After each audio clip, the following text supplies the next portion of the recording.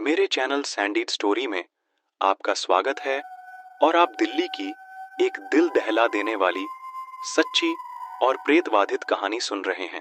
आइए कहानी शुरू करते हैं दोस्तों।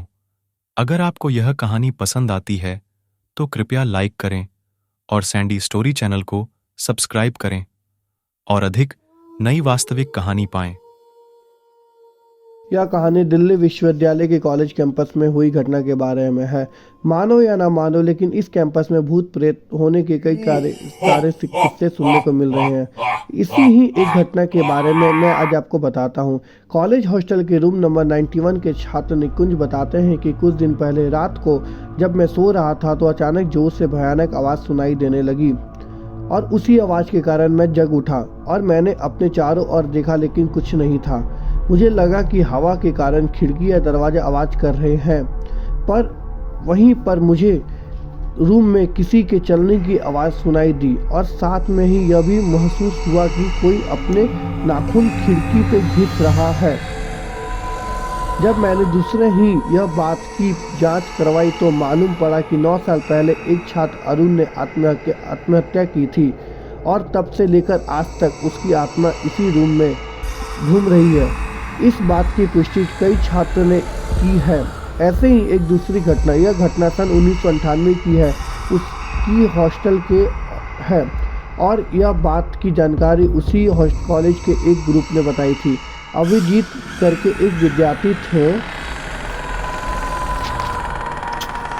अब मैंने दूसरे दिन यह बात की जांच करवाई तो मालूम पड़ा कि 9 साल पहले एक छात्र अरुण ने आत्महत्या की थी और तब से लेकर आज तक उसकी आत्मा इसी रूम में घूम रही है और इस बात की पुष्टि कई छात्रों ने की है। ऐसे ही एक दूसरी घटना, यह घटना सन 1998 की उसी हॉस्टल की है और यह बात की जानकारी उसी कॉलेज के एक ग्रुप ने बताई थी। अभिजीत करके एक विद्यार्थी उसे एक कुत्ते को अपने रूम में पाल रखा था, लेकिन कुछ कारण से उसके कुत्ते की मौत हो गई है।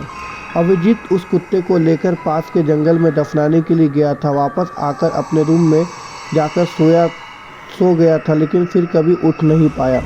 अभिजीत की मौत कैसे हुई वो आज भी रहस्य है। ऐसे ही रहस्यमय घटना के कारण उस कॉलेज के छात्र में डर बैठ गया है और ऐसे ही सत्य घटना के उस कॉलेज में बार बार होती रहती है। दिल्ली विश्वविद्यालय के उत्तर दिशा की और करीबन 2 किलोमीटर दूर इंद्रप्रस्थ एक लेडीज़ कॉलेज है। उस कुछ समय पहले कॉलेज की एक विद्यार्थिनी सोनल मजाक में आत्माओं को बुलाती है। सिक्के के जरिए वो आत्मा आ तो जाती है, लेकिन 2-3 दिन तक वो आत्मा रूम से निकलने का नाम नहीं लेती है। सोनल के कारण वो आत्मा कई छात्रों को हैरान परेशान करती है। बाद में सोनल उस आत्मा से माफ़ी मांगती है कि वे वहाँ से चली जाए। माफ़ी मांगने के 2 दिन बाद वो आत्मा वहीं से खुद वापस चली जाती है, लेकिन सोनल की हरकत के कारण उससे कॉलेज से निकाल दिया जाता है। ऐसे ही जो लोग रात को देर तक पढ़ाई करते हैं उसे कभी न कभी भूतों का सामना करना ही पड़ता है। उन सभी को ऐसे ही अदृश्य शक्ति के होने का एहसास होता रहता है और तब से लेकर आज तक उस कॉलेज में किसी ने भी जाने की हिम्मत नहीं की। ऐसा बताया जाता है कि उस कॉलेज में आए प्रतिदिन भूतिया घटना होते रहती है। कभी